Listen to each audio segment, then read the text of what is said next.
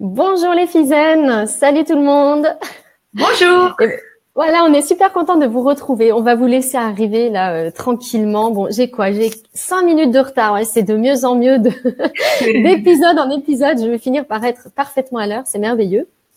Donc du coup, alors aujourd'hui, dans cet épisode numéro 3 du live des filles zen, donc on va parler de la thématique de la parentalité positive et de comment rester zen avec ses enfants.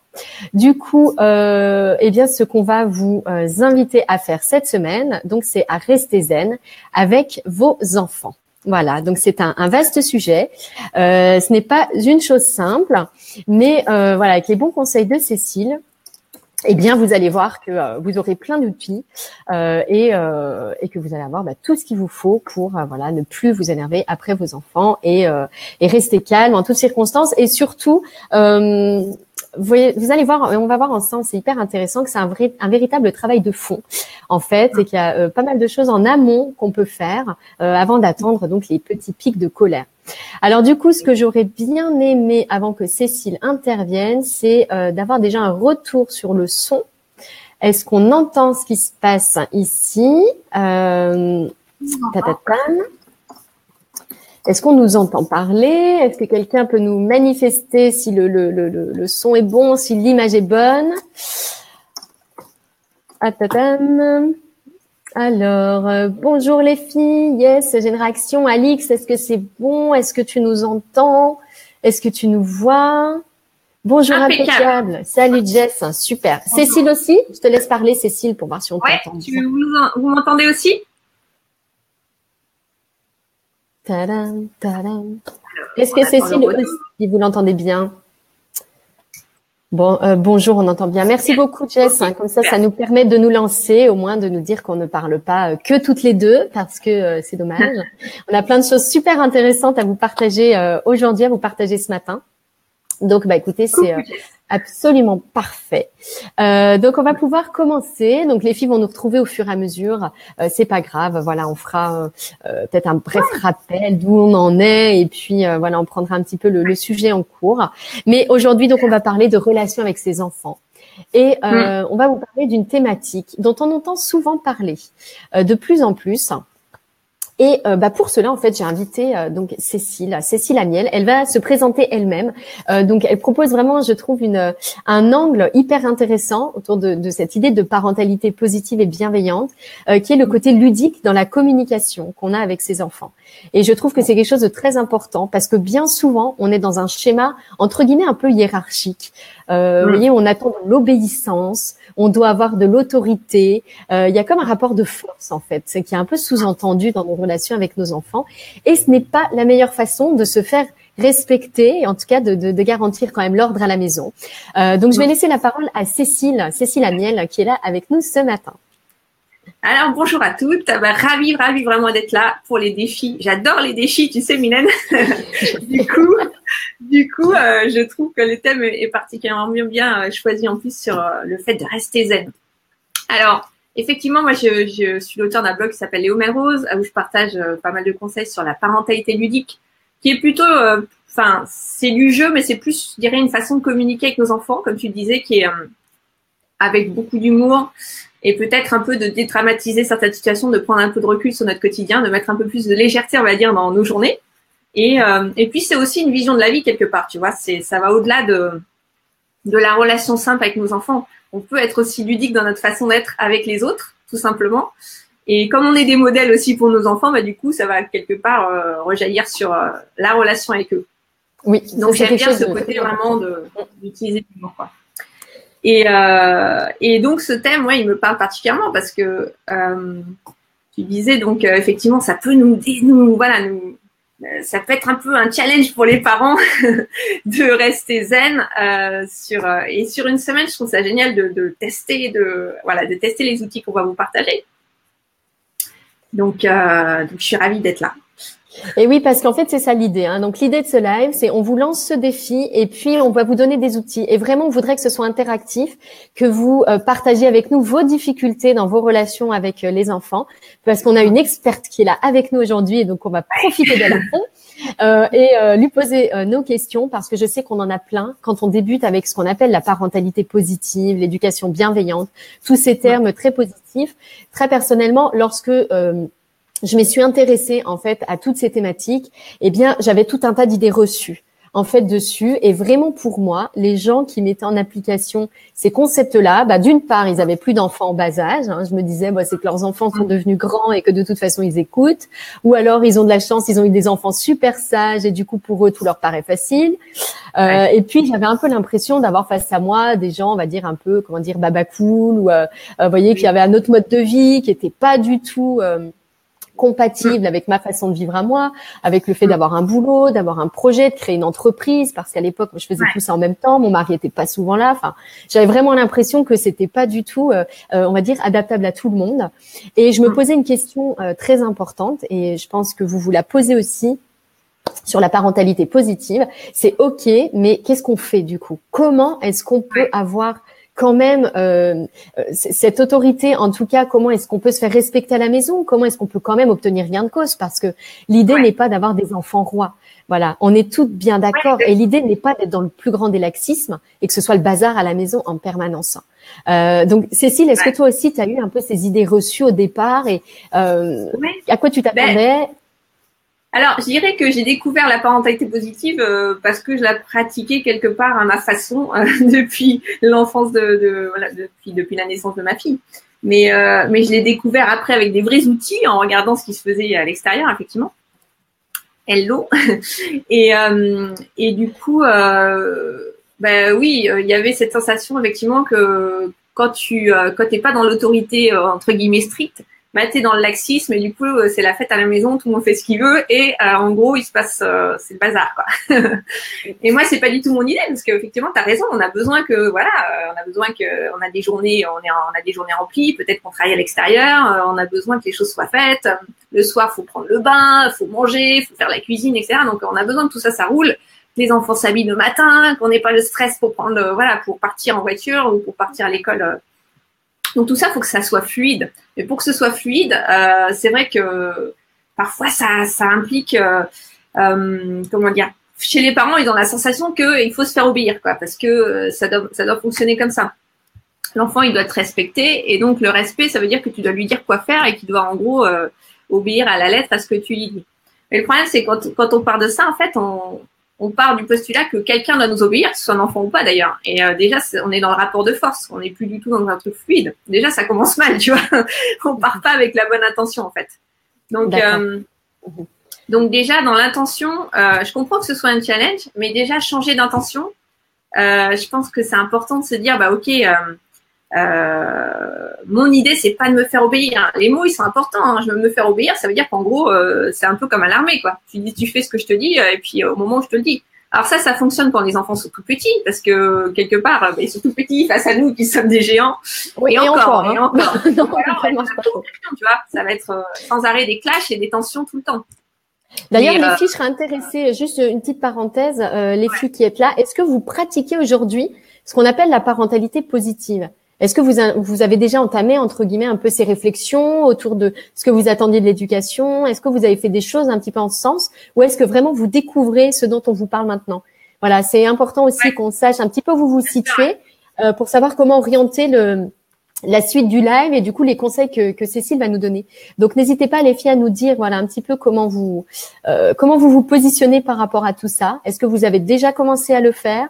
Est-ce que c'est quelque chose que vous avez abandonné très vite parce que la fatigue aidant, etc. Moi, je vais être très franche avec vous. Quand j'ai commencé, donc Raphaël nous dit j'essaie.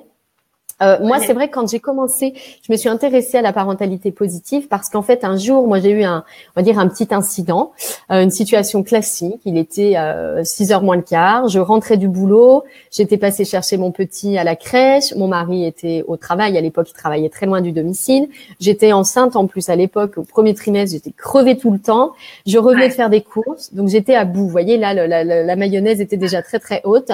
Et mon petit garçon, je crois, a cassé une bouteille en l'envers du panier de courses que j'avais, enfin bon, un truc comme ça. Et là, je me suis sentie, mais vraiment sortir de mes gonds. Vous voyez vraiment la colère exploser. Et j'ai vu la peur dans ses yeux. Et alors là, je m'en souviendrai toujours. Je me suis dit ce jour-là, mais stop, j'arrête, c'est plus possible. Je ne veux pas de ça. Je veux pas lui faire peur. J'ai l'impression que je lui fais du mal. J'avais vraiment, ça m'a vraiment fait bizarre. Ça m'a fait mal. Et donc ce jour-là, voilà, j'ai décidé de me lancer. Mais entre le jour où j'ai comme ça eu ce petit déclic et le jour où j'ai vraiment réussi, comme aujourd'hui, à ne plus crier sur mes enfants, ou alors vraiment extrêmement occasionnellement, c'est extrêmement rare.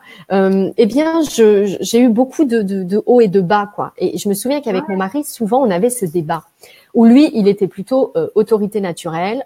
Tu élèves la voix, sinon c'est le bazar. Et moi, j'essayais de mettre en pratique mes trucs. Et du coup, il me disait, mais tu vois, tes trucs, ça marche pas. C'est le bazar ce soir. Et donc, lui, il reprenait la voix et puis il criait un petit peu plus. Et puis, en même temps, on s'est aperçu que ça marchait pas non plus. Et qu'au contraire, ça énervait encore plus nos enfants quand ils se mettaient à hausser la voix. Et donc, on a comme ça un peu tâtonné, hein, on s'est un peu renvoyé la balle pendant quelques temps avant de se rendre compte que non, vraiment, quand on criait et quand on s'énervait, on va dire un peu sans réfléchir, quoi, quand on laissait aller le truc, eh bien, c'était pas mieux du tout. Donc, il y a eu beaucoup de hauts et de bas, de hauts et de bas. Et c'est vrai que je vois là les filles qui commentent, eh bien, elles nous disent toutes la même chose. C'est difficile. Elles s'y intéressent, elles ont envie, mais elles ne savent pas comment s'y prendre et par où commencer. Eh bien, les filles, ça tombe bien, parce que Cécile va nous dire exactement par où commencer. Donc voilà, les idées reçues, je pense qu'on a fait le tour. Eh bien, les idées reçues, c'est que ça va être le bazar à la maison, en gros. Hein, si on devient positive et bienveillante, ça va être le bazar. Plus personne va nous écouter. Et voilà, laisse tomber ta bienveillance et tes méthodes d'éducation alternatives. Revenons à la bonne vieille méthode. Une fessée au lit et au moins c'était calme. Et on en parle plus. Et du coup, voilà, c'est vrai que c'est quelque chose qui n'est pas simple.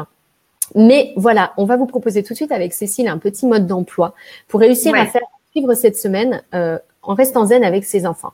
Donc voilà, Cécile, je te laisse la main pour présenter cette première chose à faire, cette première étape. Alors, juste une petite parenthèse avant de démarrer, parce que tu as dit quelque chose d'intéressant sur le fait qu'il y avait eu des hauts et des bas et que ça peut arriver encore aujourd'hui de crier, ça peut arriver d'être énervé, etc. Et moi, je dis, c'est OK. Vous savez quoi? C'est OK. On n'est pas là pour être des parents parfaits et des gens modèles. On peut, avec tout le monde, on a le droit de déraper de temps en temps et c'est OK, vous avez le droit. Donc déjà, je voudrais vous faire déculpabiliser par rapport à ça.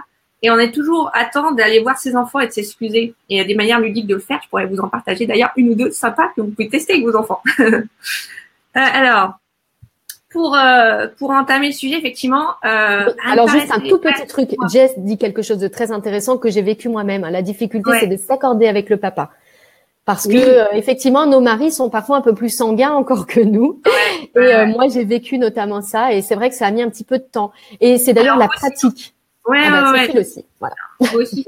Oui, 100% d'accord, Jess. Et des fois, c'est avec le conjoint, des fois, c'est avec le reste de la famille aussi, parce que voilà, c'est comme ça. Notamment les anciens qui n'ont pas vécu la même chose et qui peuvent se sentir un peu, soit même mis en cause par rapport à ce que eux ont fait, soit juste ne pas trop comprendre et trouver qu'on se laisse déborder. Et bon, voilà, ils ont un petit peu de mal à changer aussi de façon de voir les choses. Voilà.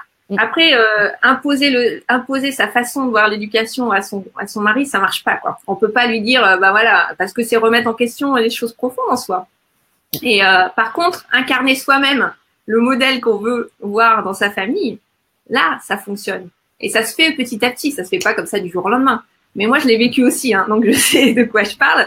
J'ai un mari comme toi qui était, qui est un peu sanguin et qui avait tendance à s'emporter, etc. Mais petit à petit, avec le temps, voilà, ça s'est fait parce que j'ai rien lâché, quoi. C'est-à-dire que j'étais tellement convaincue qu'on pouvait avoir une relation harmonieuse avec de temps en temps des clashs et c'est ok, tu vois. Mais en vivre 80% de moins qu'avant, c'est possible, quoi. C'est possible. Alors, j'ai pas vu le commentaire qui est passé. Là, ça passe super vite, j'ai pas vu. Mais non, c'est moi en fait. Je m'étais incarné soi-même ce qu'on veut pour sa famille. C'est une phrase que tu as dite et que je trouvais très importante et très juste. La phrase mantra. C'est un peu la phrase de Gandhi que j'ai reprise à ma façon. Tu vois. Ouais, c'est vrai que c'est très beau. Donc du coup, alors, première étape, quand on veut rester zen avec ses enfants, notamment toute une semaine, mettre de la clarté. Donc Cécile, qu'est-ce qu'on entend derrière cela, derrière mettre de la clarté? Exactement. Donc, c'est dire qu'est-ce qu'on veut, qu'est-ce que tu veux pour tes enfants, qu'est-ce que tu veux pour ta famille, quelle ambiance tu as envie de voir dans ta maison. Parce que ça, c'est fondamental. Si tu pars du principe que tu veux te faire obéir, bah clairement, tu sais que de toute façon, tu vas être dans le clash. Parce que ton enfant, un enfant, il n'est pas là pour nous obéir. Enfin, on peut avoir cette conception-là, mais si c'est le cas, bah, on fait un petit peu des soldats, quoi. Mais moi, je vois plutôt le parent comme un coach, tu vois. On peut être un coach qui s'améliore au fur et à mesure. On peut pas être, on n'est pas forcément parfait dès le départ. Mais en tout cas, mettre de la clarté, c'est-à-dire se dire, OK, qu'est-ce que je veux pour ma famille? Quelle vision j'ai? Qu'est-ce que j'ai envie de partager comme valeur avec mes enfants? Est-ce que j'ai envie qu'ils voient la vie comme un truc où c'est sans arrêt les clashs et les tensions, où effectivement il faut écouter ce qu'on nous dit pour pouvoir être un bon petit soldat et finalement pas savoir s'affirmer et dire non dans la vie parfois, parce que des fois on doit dire non. Ou alors est-ce que je veux développer une relation qui est basée sur l'affection et la communication qui fasse que ok, c'est pas toujours parfait, mais au moins ils voient que j'essaie de au quotidien de faire en sorte d'avoir un rapport équilibré et de dire et d'obtenir sa coopération d'une façon un peu plus ludique, de mettre plus de fun et de joie dans notre quotidien et de faire en sorte que ma vision de la vie, c'est une vision plutôt où la vie c'est un truc plaisant et on a envie de devenir une meilleure version de soi-même au fur et à mesure et de grandir, mais de grandir ensemble. Et nos enfants, ils ont aussi des choses à nous apprendre. Donc, qu'est-ce que j'ai envie de partager avec mes enfants? Déjà, la clarté là-dessus, c'est hyper important. Et ça, de là, tu peux décliner les choses qu'il y a derrière. D'accord. Et du coup, moi, ce que je trouve intéressant dans ce que tu dis, c'est que mettre de la clarté sur ce qu'on veut dans sa relation avec ses enfants, mais également ce qu'on veut soi, en fait. C'est également donc un travail sur soi à la base, de comprendre ce qu'on attend, de comprendre ce qui nous fait du bien, ce qu'on a envie de vivre dans son foyer, avec ses proches. Donc, c'est vraiment avoir un petit peu ce travail de réflexion sur ce qu'on attend, sur ce qu'on veut. C'est-à-dire pour, en fait, moins réagir, mais être plus dans de l'action réfléchie. Du coup, plus que dans la réaction à des urgences ou à des situations qui se présentent. Reprendre un peu la responsabilité, en fait, et la maîtrise de ce qui se passe, quoi, quelque part. Complètement, ouais. Et quand tu sais ce que tu veux, mais c'est valable dans tous les domaines, hein. Quand tu sais ce que tu veux clairement, bah, c'est beaucoup plus facile de décliner après des objectifs et ce que tu as envie de faire au quotidien, des actions du quotidien, on va dire, qui sont cohérentes avec ça. Et ça coule, quoi. Ça coule. On dit pas que, ça se fait du jour au lendemain. Mais quand même, ça va assez rapidement et il y a quelques petites astuces qu'on pourra vous partager. Et donc les filles, est-ce que ça vous parle déjà, cette idée de mettre de la clarté, de savoir ce qu'on veut pour dans ses relations avec les enfants, ce qu'on a envie de vivre avec ses enfants, ce qu'on a envie de vivre pour soi-même. Est-ce que c'est quelque chose qui vous parle? Est-ce que vous trouvez que c'est abstrait? Est-ce que vous aimeriez des exemples? N'hésitez pas à nous dire un petit peu où vous vous situez par rapport à ce qu'on est en train de dire, parce que vraiment notre objectif avec ce live, c'est que vous en ressortiez avec des choses concrètes pour vous, des idées de choses à faire, que vous ayez tout de suite un petit peu D'ailleurs, ce qui serait peut-être intéressant, c'est que vous nous partagiez tout de suite un peu votre vision, peut-être. Donc, qu'est-ce que vous voulez vous pour dans vos relations avec vos enfants? Qu'est-ce que vous avez envie de communiquer? C'est la base. Ouais.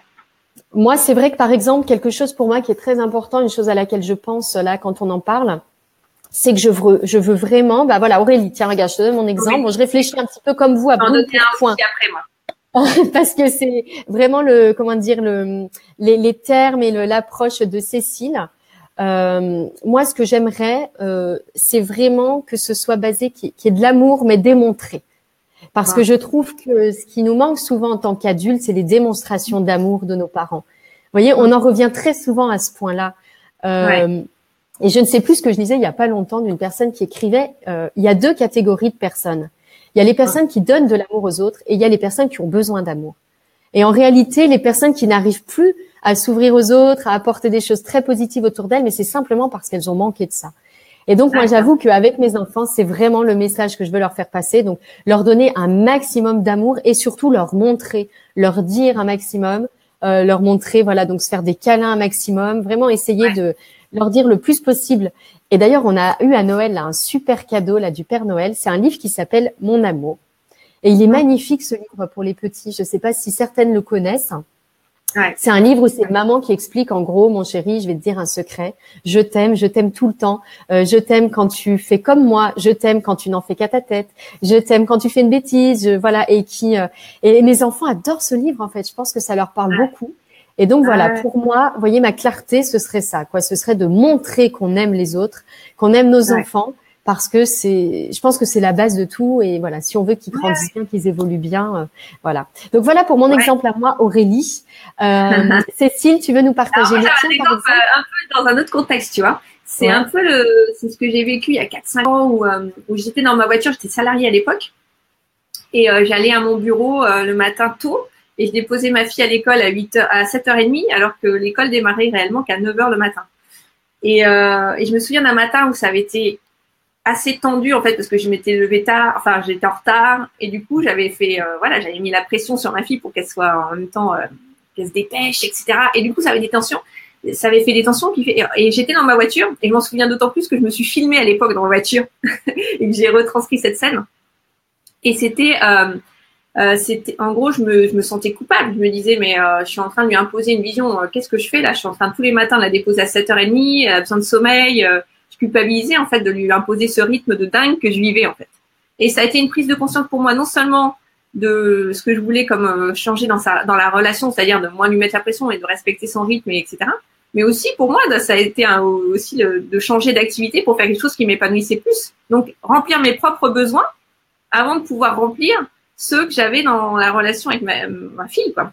Et lui montrer aussi qu'on pouvait vivre une vie qui était plus épanouissante que ce qu'on était en train de faire, à savoir courir comme des malades le matin pour arriver à l'heure au bureau pour un truc qui était finalement pas si épanouissant que ça.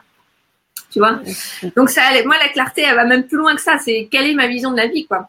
Et de là, ça a découlé plein de choses.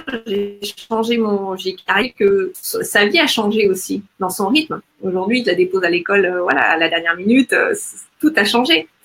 Mais mettre de la clarté dans ce que tu veux, ça va assez loin en fait, parce que tu peux décider. Effectivement, c'est l'amour, mais comment tu le manifestes, tu peux le manifester de plein de façons. Et dans le quotidien, moi, c'est le jeu que j'utilise. C'est le jeu que j'utilise pour justement montrer l'amour, parce que les enfants adorent jouer en fait. Et moi, je sais pas si tu as ces souvenirs d'enfance, mais moi, en tout cas avec mon père, je me souviens encore de jeux qu'on faisait ensemble, et ça m'a marqué. Tu vois, les enfants, ils se souviennent de ça. Je discutais aussi avec Céline Maisonneuve, qui est aussi dans la parentalité positive, et elle me disait que elle se souvient des parties de cache-cache avec son père quand elle était enfant, pardon, et que elle se souvient de ça parce que ça, tu vois, c'est les souvenirs d'enfants qu'elle a qui l'ont vraiment marqué, quoi. Ouais, donc c'est aussi avoir une présence et une présence de qualité, une disponibilité, des temps comme ça où on se consacre entièrement à son enfant. C'est vrai que c'est des choses hyper intéressantes. Du coup, pendant qu'on est en train de parler un petit peu du jeu, tu m'expliquais que tu avais ludique attitude, c'est ça? Que tu proposes 10 vidéos de jeux à faire avec ses enfants. Est-ce que j'ai bien compris? Je vous mettrai le descriptif en dessous de la vidéo. Ouais, en fait, je propose l'accès à Ludique Attitude, qui est un programme qui dure à peu près 2 heures en temps pour vous donner une idée. Et c'est 10 mini-cours et 10 vidéos de jeux, de façon de communiquer avec nos enfants dans le jeu, à appliquer. En fait, vous pouvez pratiquer dès ce soir si vous avez envie. Il suffit de vous connecter sur le blog Léo Melrose et vous allez tomber sur la page. Je mettrai le lien. Alors du coup, ce sont des jeux à faire avec les enfants ou non? Ce sont des outils de communication autour du jeu. Ce sont des jeux quand même. Faut que je vois pour que je comprenne bien. Je te donne un exemple. Mais c'est plus dans la coopération. Tu vois, par exemple, si ton enfant refuse de se couper les ongles, je montre avec il y a le jeu du croco. Donc le croco, c'est comment ça s'appelle, la pince pour couper les ongles là, qui ressemble à un crocodile. Si tu fais ça, oui, d'accord. En fait, tu vas jouer avec la pince et ça marche du tonnerre, quoi. Mais les enfants, il y a un jeu qui s'appelle Bisoudou, vous verrez, où je le fais avec ma fille et c'est elle qui l'a inventé d'ailleurs. C'est un jeu justement où on se fait des câlins. Mais ça va. Il y a toujours l'idée du rire aussi derrière, parce que le rire, c'est ce qui fait que les enfants ils se libèrent. C'est hyper puissant de rire avec nos enfants. Tu ris simplement 10 minutes par jour avec tes enfants, ça change la donne de ce qui va se passer dans la suite de la soirée, quoi. Eux, ils vont changer d'attitude parce que tout simplement, t'as rempli la dose d'affection dont ils ont besoin, quand tu leur as donné ce dont ils ont besoin. D'accord. Donc c'est magique. Alors du coup, on a eu quelques retours sur cette clarté. Alors Ryan, tu disais d'être plus bienveillante, plus complice, jouer avec lui. Donc c'est effectivement ce qu'on expliquait. Donc voilà. Après il y a le côté débordé. Effectivement, on gère beaucoup de choses, on se sent dépassé et c'est difficile effectivement de se comprendre. D'accord. Je comprends un petit peu ces difficultés. Bon, déjà, tu as mis des mots quand même sur ce que tu veux. Donc, plus de bienveillance, plus de complicité, plus de temps de jeu. Ou alors, si le temps, avoir plus de temps avec lui peut être parfois difficile, en tout cas, peut-être une présence de qualité. C'est vrai que des fois, on essaye de faire beaucoup, mais des fois, il vaut mieux faire un quart d'heure de présence totale pour son enfant, remplir son réservoir. Hein, c'est vrai. C'est clair, hein. On peut jouer ne serait-ce que 5 minutes avec un enfant. 5 minutes où on va faire un jeu. Bon, moi, je suis assez fan des jeux parce que les mamans n'aiment pas toujours, mais les jeux de contact physique, on peut jouer à la bagarre pour de fou, entre guillemets, à s'amuser avec les enfants. Et ils rigolent à gorge déployée. Et ça va, pendant 5 minutes, 10 minutes max, ça va vraiment changer la donne, quoi. Complètement. Donc, on n'a pas besoin d'y passer des heures. Alors du coup, voilà, une fois qu'on a mis un petit peu, qu'on a mis de la clarté sur ce qu'on attendait pour soi et puis donc dans sa relation avec ses enfants. Maintenant, ce qu'on se disait avec Cécile, c'était que une étape importante pour arriver à rester zen avec ses enfants, à ne pas s'emporter, eh bien, c'est déjà d'identifier très concrètement les situations à stress. C'est-à-dire les situations où on a ces pics de colère, où on a ces débordements, où on s'en veut après, on se sent coupable, on se dit zut, je me suis emportée, j'ai crié. Voilà, donc comment déjà identifier ces situations, quelles sont les situations dans lesquelles vous avez l'impression, eh bien, de sortir de vos gonds, voilà, de ne plus réussir à vous contenir. Ça va vous aider beaucoup aussi à comprendre ce que vous devez faire, ce que vous devez peut-être améliorer en amont. Donc, on s'est dit avec Cécile qu'on allait partager avec vous nos situations de stress. Et puis, on attend de votre part peut-être d'avoir également vos situations à vous. Donc, dans quel cas est-ce que on s'énerve après nos enfants? Voilà, quels sont les pires moments pour nous? Cécile, veux-tu partager un de tes pires moments? Ouais. Alors moi, c'est un peu en lien avec ce que j'ai dit tout à l'heure, c'est-à-dire quand j'étais salariée, c'était un peu le speed le matin, quoi. Donc voilà, tu presses les enfants, puis forcément, c'est toujours ces moments-là où les enfants, ils n'ont pas envie, tu vois. Donc ils n'ont pas envie de faire ils n'ont pas envie de prendre le petit déjeuner, ils prennent leur temps, pour s'habiller, ils n'ont pas envie de s'habiller, ils ont plus envie de jouer, etc. Et du coup, c'est dépêche-toi, mais tu vois, le stress. Et là, sur cette intervention, ça peut partir en live. Ouais, alors celle-là, je la connais. Effectivement, pour moi, la préparation matinale, c'était ma numéro 1. On ne s'est pas concerté avant avec Cécile, mais effectivement, moi, c'est le matin, quand on est à la bourre, que le petit ne veut pas mettre ses chaussures, mais il retourne jouer, qu'on en a un dans la salle de bain, que l'autre s'enfuit en courant. Enfin voilà, c'est les situations où on est pressé parce qu'on est en retard. Hein, voilà, donc je pense que toutes nous connaissons. Voilà, Raphaël, elle a le même souci avec les chaussures et les vestes. Voilà, moi c'est pareil. Ou alors on est dans la salle de bain pendant que vous brossez les dents à l'un, l'autre s'enfuit en courant. Il faut aller le chercher à l'autre bout de la maison pour pouvoir faire la même chose. Bon, ça c'est très pénible. Donc effectivement, préparation du matin, c'est une situation de stress. Voilà, et on est toutes concernées. Alors moi aussi j'en ai une autre de situation de stress que j'avais vraiment avant. C'était tout ce qui était en public. Quand on a honte, voyez, qu'on aimerait que les autres nous voient comme des mamans qui arrivent à gérer la situation. Et ça, je me souviens, ça m'est arrivé, je crois que c'était il y a 2 ans, dans une église. On allait voir la crèche de Noël et là, j'étais toute seule avec les 2 petits. Et là, voilà, colère du premier, du plus grand. Enfin, le truc, tout le monde me regardait, ça a été horrible, quoi. Là vraiment, alors j'ai pas crié spécialement, mais alors vraiment je suis sortie de mes gonds une fois sortie de l'église. Vraiment ça m'a affectée parce que je me disais mais on me regarde et en plus on me juge et donc voilà. Donc ça a été important pour moi de mettre le doigt aussi sur cette situation de stress là dès qu'il y a du monde autour. Le supermarché, dans une réunion, dehors, voilà. Ouais. Est-ce que tu en as d'autres, Cécile? Alors, on a quelques astuces, parce que je vois qu'il y a Raphaël qui... Il y en a d'autres, donnez-nous vos astuces. Oui, donnez-nous. Puis non, les filles, donnez-nous vos situations de stress, qu'on se sente pas seul à partager les moments difficiles. Moi, je me disais aussi en voiture. En voiture, ça peut être très pénible quand, par exemple, on conduit toute seule, qu'on a les petits derrière et qu'il y en a un qui perd sa tétine, qui se met à hurler. Là, c'est très compliqué, quoi. On sait qu'on ne peut pas lui donner ou alors vraiment au péril de sa vie et de toute la voiture parce qu'il faut qu'on garde focus sur le volant, sur la route. Et puis, il y a l'autre qui réclame quelque chose. Voilà, ça peut être ces situations-là où on se sent, en fait, débordé par ce qui se passe. Et d'ailleurs, ça, je l'ai noté souvent. Moi, c'est quand j'ai l'impression de manquer de temps. Voilà, j'ai envie de faire autre chose.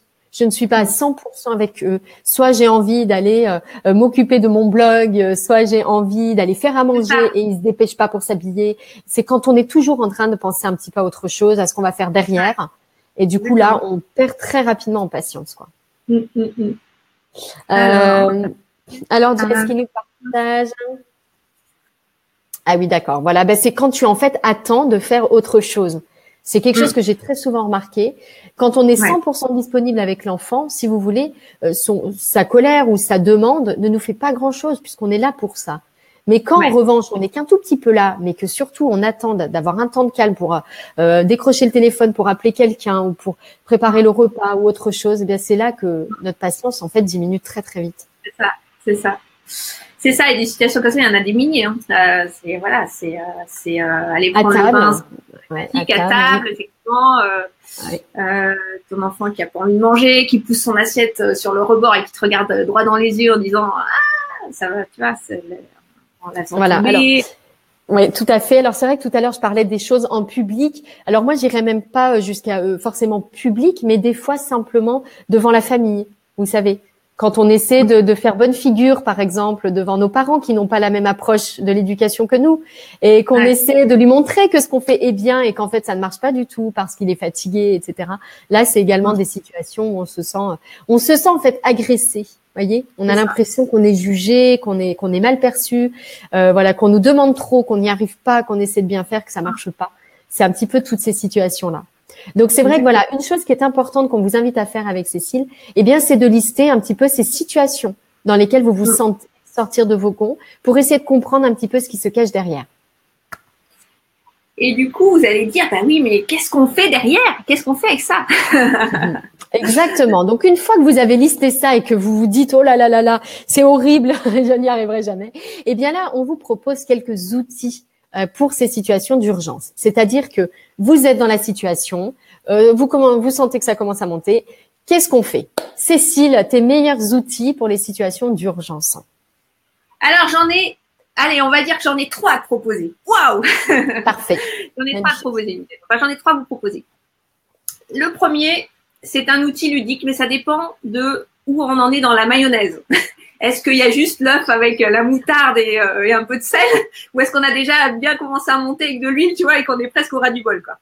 Donc, si on en est à peu près à la moitié ou un peu en dessous, on peut utiliser l'humour sur le moment et on le sent, tu vois, on le sent quand ça monte. On dit, OK, on change d'approche. Il faut avoir ce déclic-là, mais c'est un entraînement.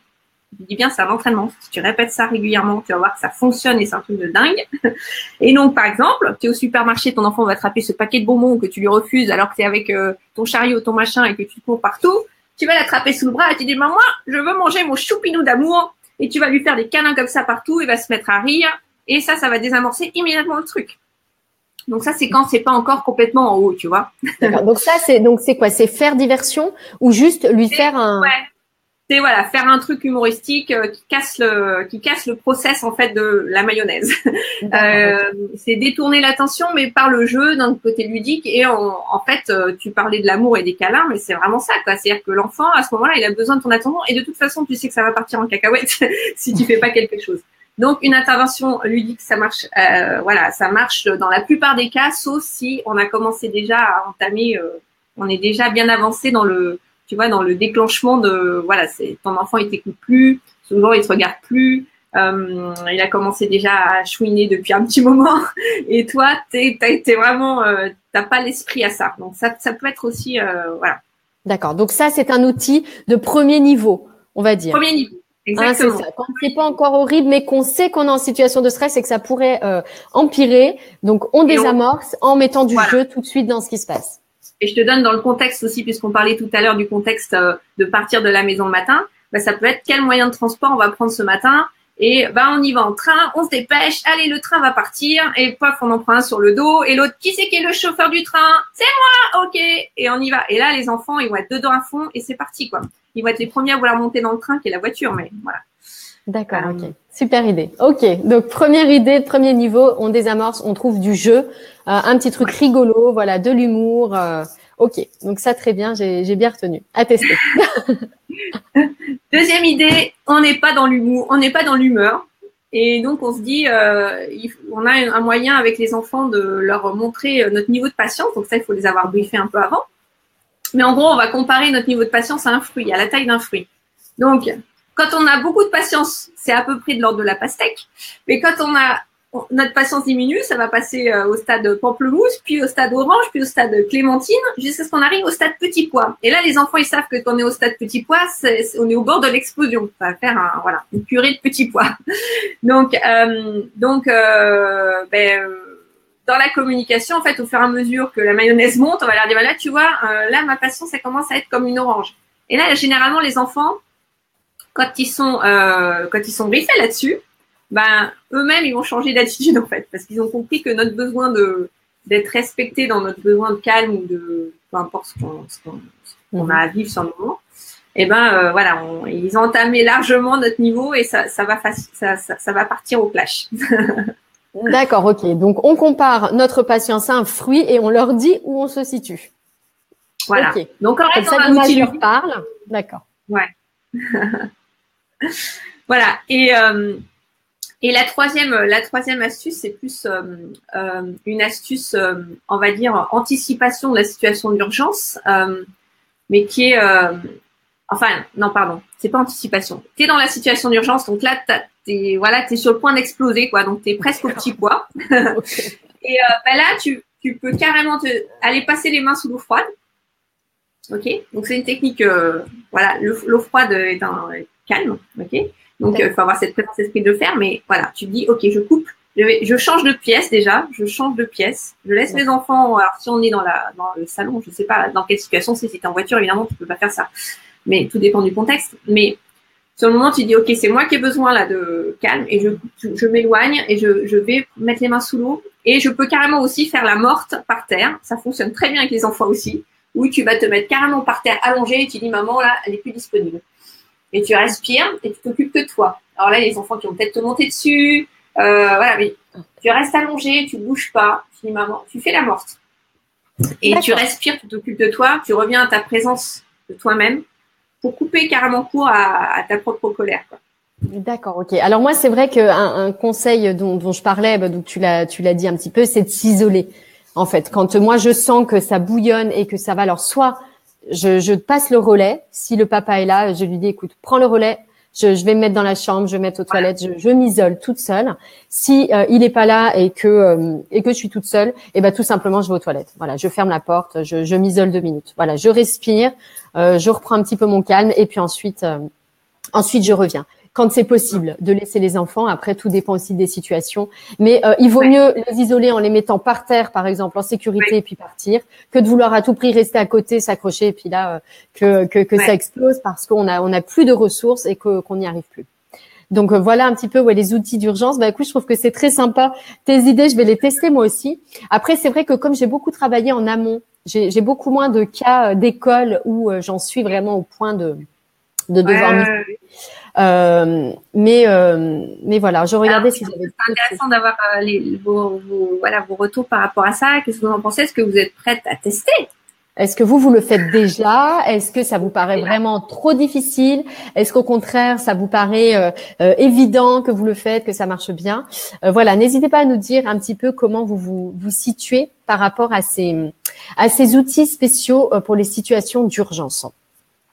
Et puis ensuite, on abordera les outils un petit peu de prévention, c'est-à-dire les choses que vous pouvez faire sans attendre d'être dans ces situations d'urgence, les choses, on va dire, plus générales, les outils un peu plus généraux qui vont vous aider à faire autrement. Parce qu'en fait, souvent, la question qu'on se pose quand on essaie d'être un parent plus positif et bienveillant, on ne sait pas quoi faire, en fait, à la place de ce qu'on fait aujourd'hui. Et donc, on se dit, oui, mais alors attends, d'habitude, dans ces situations, je faisais ça, mais alors là, qu'est-ce que je fais? Si je ne crie plus, qu'est-ce que je fais? Si je ne punis plus, qu'est-ce que je fais si je ne mets plus au point? Enfin, vous voyez, c'est de trouver un peu des outils qui vont remplacer nos outils traditionnels. Et donc, voici ce qu'on vous propose, donc dans les outils un petit peu en prévention des situations difficiles. Donc, c'est dès maintenant, qu'est-ce que vous pouvez mettre en application dès ce midi, dès cet après-midi, dès ce soir, dès demain, sans attendre qu'il y ait une situation de stress qui se présente. Alors, Cécile, j'imagine que tu as toute une panoplie d'outils. Est-ce qu'on donner deux outils qui pour moi sont vraiment allez, vas-y. Super. Voilà, qui fonctionnent et qui sont vraiment top en prévention. Yes. Premier outil, c'est gérer les moments de transition. Qu'est-ce que ça veut dire gérer les moments de transition? On a toutes, quand on rentre, par exemple, entre le moment où on rentre, si vous travaillez à l'extérieur, à la maison, avant de retrouver, ou plutôt, pardon, si c'est vous qui allez chercher les enfants à l'école, avant de retrouver vos enfants à l'école, ça c'est un moment de transition. Vous êtes dans votre voiture, ou vous êtes à pied, et vous êtes à un moment où vous êtes passé d'une activité, ce que vous faisiez juste avant, qui était peut-être d'être à votre bureau, à arriver à l'école. Donc là, avant d'aller les chercher, prendre une minute, et se dire, ok, je me pose, je ferme les yeux dans ma voiture, je respire, je prends des grandes respirations, et je me dis, ok, je lâche tout. Et on fait le geste comme ça, je lâche tout. Rien que de le dire, tu vois, à voix haute, ça fait du bien. Je lâche tout. Et là, je dis, quelle intention qu'est-ce que j'ai envie de vivre avec mes enfants dans la minute qui suit. Je vais les retrouver, comment ça va se passer. Je me fais le film, c'est presque de la visualisation. Je me visualise, qu'est-ce que j'ai envie de vivre avec eux. J'ai envie de les retrouver, j'ai envie de leur faire un gros câlin. Voilà, j'ai envie de passer une soirée zen ce soir. J'ai envie que ça se passe bien. J'ai envie peut-être que le moment de retour à la maison soit un moment un peu complice, un peu fun. Qu'est-ce que j'ai envie de leur poser des questions sur leur journée. Voilà, qu'est-ce que j'ai envie de vivre. Rien que de faire ça, ça prend une minute. Vous allez voir que ça va changer le déroulé de ce qui va se passer après. Parce que le problème souvent, c'est qu'on passe d'une situation où on court à une situation où on enchaîne sur autre chose. Et voilà, on n'a pas fait cette transition. En gros, on s'est pas posé, on n'a pas pris le temps. Et du coup, souvent, à la fin de la journée, en plus, on est un peu fatigué, énervé, ou voilà, on a un peu toute la journée derrière nous, toutes ces longues heures qu'on a passées à travailler ou autre. Du coup, on n'est pas dans la meilleure configuration soi-même pour aller voir ses enfants. Donc ça, c'est première astuce. D'accord. Donc les moments de transition, donc faire une petite pause, ne serait-ce qu'une minute ou deux dans la voiture, par exemple, avant de franchir la porte de la crèche ou de l'école ou etc. Simplement pour se recentrer un petit peu, visualiser ce qu'on a envie de vivre et donc voilà, se mettre dans de bonnes dispositions. Donc vraiment faire la coupure avec la tension du travail et la course un petit peu permanente. Donc ok, super, super bon outil.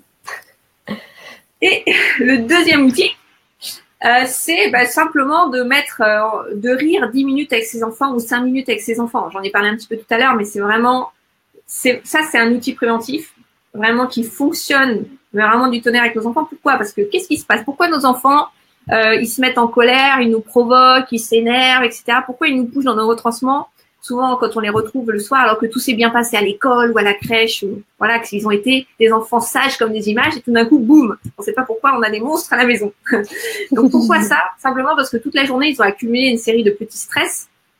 On leur a dit non plein de fois. Leur petit copain leur a piqué un jouet dans le bac à sable ou dans la cour de récré. Voilà. Et puis, grosso modo, toute la journée comme ça, ils ont vécu des petites situations de frustration, de stress, de mini-stress qui se sont accumulés dans leur journée, toute la journée.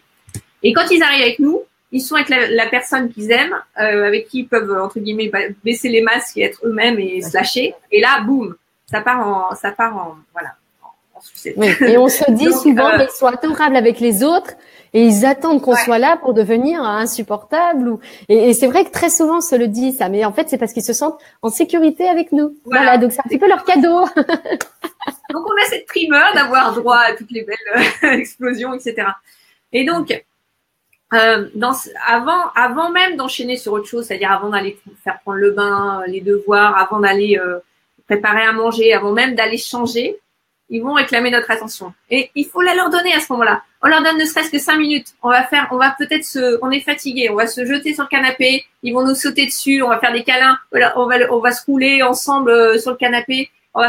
Plus on va favoriser en fait le contact physique avec nos enfants, de manière affective avec eux, mais toujours dans le contact physique, on les touche, plus on va libérer d'hormones du bien-être, de l'ocytocine qui vont faire qu'ils vont se sentir bien, plus on va les faire rire, plus on va se libérer avec eux, et mieux ça va se passer par la suite. On fait ça que 5-10 minutes avant de faire autre chose, et ça va changer mais complètement la donne de ce que vous allez vivre par la suite. Et je peux vous assurer, j'ai tellement vécu et il y a tellement de mamans avec qui j'ai partagé qui ont fait ça. Donc vraiment, testez-le. C'est radical. Et c'est vrai qu'en plus, c'est physiologique.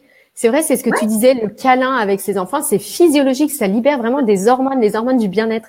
Donc c'est incroyablement efficace. Alors on a Jess qui nous dit que les idées sont super, mais que du coup elle a du mal. Ça a l'air tout simple, mais elle a du mal à se projeter dans ses idées. Elle a l'impression que il lui faut vraiment changer d'état d'esprit. Et c'est pas faux, c'est vrai, Jess. C'est pour ça qu'on disait en amont, tu vois, de travailler un peu sur ces situations de stress et puis de mettre de la clarté sur ce qu'on veut. Parce qu'effectivement, il y a un travail de fond, on est d'accord. Et d'ailleurs, moi, je voulais rajouter 2 outils de prévention par rapport à ceux que Cécile a partagés. Jess, dis-nous si tu as une question, si ça répond un petit peu à ton interrogation ou si tu veux qu'on creuse, qu'on essaie de mieux comprendre, d'en profiter pendant que Cécile est là. Moi, j'avais 2 autres outils que j'aime beaucoup. Le premier outil, c'est d'être à l'écoute de soi-même. Parce que c'est vrai que l'idée n'est pas de s'abandonner simplement au profit de ses enfants. C'est pas de faire passer avant nous. Vous savez, c'est un peu comme l'image des masques à oxygène dans les avions. On dit toujours, d'abord, mettez-le sur vous et ensuite, vous allez le donner à votre enfant. Parce que si vous-même, vous n'avez pas les bons outils, si vous-même ne mettez pas en pratique les choses, mais vous ne pourrez jamais l'apprendre à vos enfants. Rien ne marche mieux que l'exemple, que ce qu'on est de nous. Donc pour moi, c'est vraiment quelque chose d'important, c'est de prendre du temps pour soi. Voilà, donc mettez-vous à l'écoute de vous, de vos attentes, de vos besoins. Prenez du temps pour vous, faites-vous plaisir. Passez du temps un peu seul avec vous-même aussi au maximum. Si vous êtes très sollicité entre les enfants, le mari, les amis, le boulot. Voilà, je trouve que c'est vraiment important de prendre du temps pour soi. Et puis moi, j'avais un deuxième outil qui pour moi a beaucoup marché. Eh bien, tu en as un petit peu parlé. Et c'est le côté d'avoir de l'empathie, de se mettre à la place de son enfant et de lui dire qu'on comprend, de mettre des mots sur ce qu'il vit.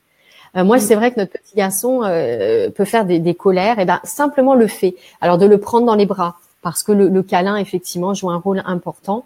Le fait de le prendre dans les bras et puis de lui dire je comprends, tu es en colère, hein, c'est ça, tu ressens beaucoup de colère là, tu es vraiment, tu es tout rouge à l'intérieur, tu as un petit monstre à l'intérieur, enfin mettre ces petits mots que lui comprend, le monstre de la colère, etc. Eh bien ça lui, il dit oui. Et il se calme en fait tout de suite. Ah, ça va, on me comprend. C'est pas l'horreur ce qui se passe en moi. C'est quelque chose que les autres peuvent comprendre et on va peut-être même m'aider. Enfin voilà, ils ont besoin en fait d'être accompagnés aussi dans cette découverte des émotions qui peuvent être violentes. Et du coup voilà, le fait de mettre des mots sur ce qu'ils vivent, moi c'est quelque chose qui fonctionne très très bien. Et des fois même miraculeux quoi.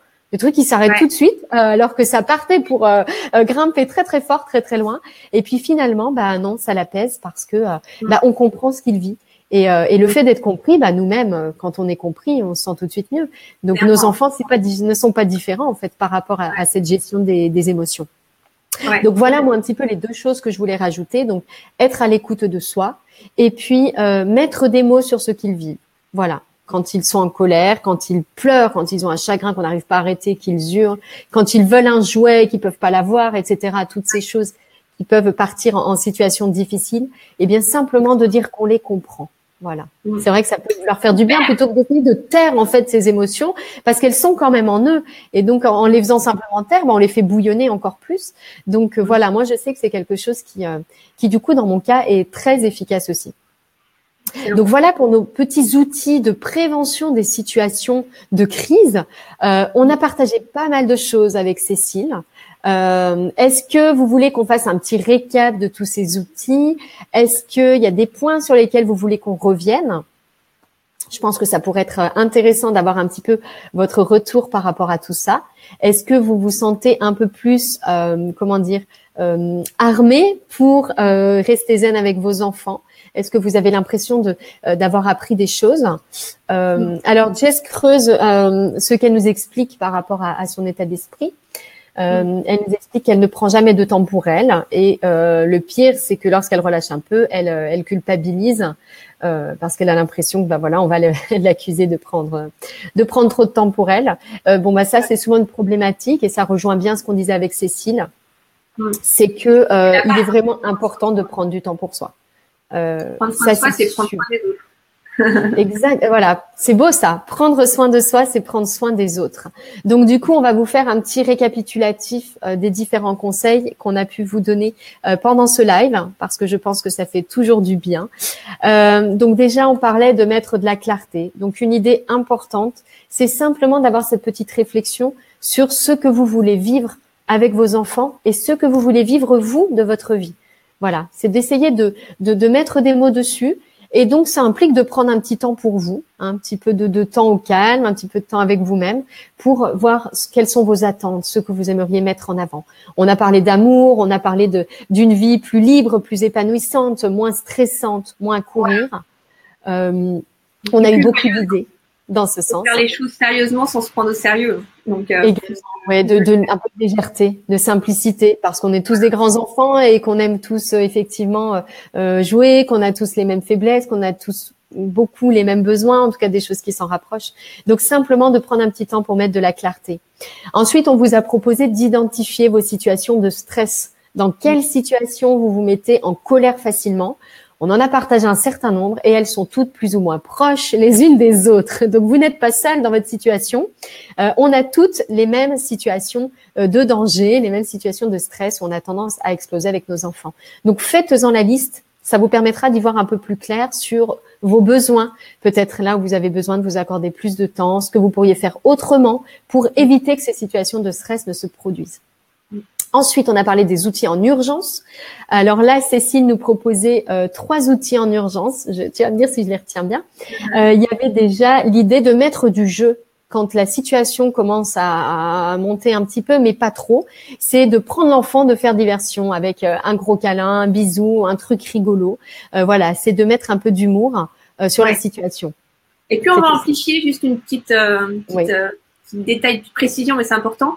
Plus tu vas amplifier ta loufoquerie, entre guillemets, plus ça va marcher avec nos enfants. C'est-à-dire, plus tu vas théâtraliser la situation et faire, voilà, faut un petit peu jouer. Il suffit de regarder la réaction de ces enfants et ça, c'est juste génial de les voir rire comme ça, quoi. Ouais, c'est vrai que c'est pas facile, hein. Parce que il faut vraiment faire ça avant que ça monte, hein, les filles. Sinon, après, vous aurez plus envie de jouer. Si vous entraînez, vous commencez à mettre en pratique, là, dès aujourd'hui, si c'est le défi de la semaine, vous commencez à mettre en pratique, vous allez voir que vous allez y penser, ça va venir. Enfin, c'est juste un entraînement. Si vous commencez à le faire, le lendemain, vous recommencez et vous allez voir, ah bah oui, mais et en plus, vous allez voir que ça fonctionne, quoi. C'est juste énorme. Donc, et ça, c'est vrai que c'est très encourageant. Ça, je suis d'accord avec toi. Pour moi, c'est un moteur incroyable. Chaque fois qu'il y a un petit truc qui marche, c'est vrai que ça donne vraiment envie d'essayer aussi d'autres outils. Donc, on avait le jeu. Ensuite, on avait l'image du fruit, notre patience comme un fruit, pour expliquer à son enfant que sa patience au départ était comme une pastèque et que là, on en est à un stade du citron et qu'au petit pois, maman risque de s'énerver, de perdre son calme. Voilà, de lui expliquer un petit peu de manière imagée où on se situe. Et tu avais un autre outil pour les situations d'urgence qui était de se mettre les mains sous l'eau froide et de s'isoler. Ouais. Voilà. Et carrément de se mettre par terre. De se mettre par terre, de faire la morte. De la situation, de changer de pièce, en tout cas de changer de posture qui fait que. Voilà, de revenir à soi. De s'extirper de la situation, revenir à soi et y revenir après de manière un peu plus sereine.